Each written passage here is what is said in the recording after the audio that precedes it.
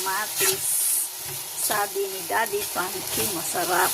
Kaya, i-try natin. Guys, yan. Lagay na natin yung upo, guys. Yan. Tapos, lutuin natin siya. Tapos, tikman.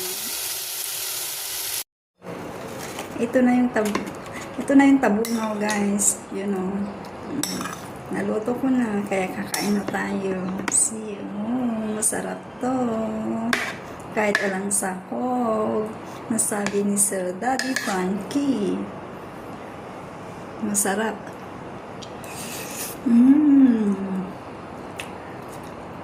Masarap yung sabaw.